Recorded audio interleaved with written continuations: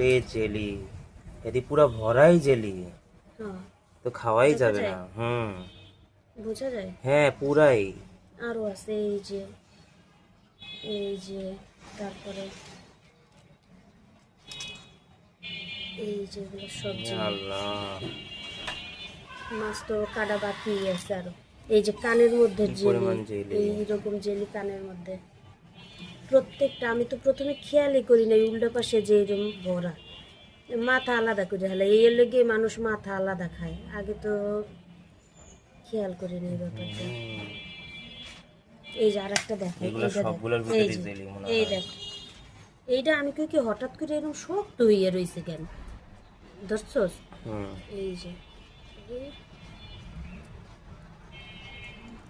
হুম, ওরে জেলি! হুম।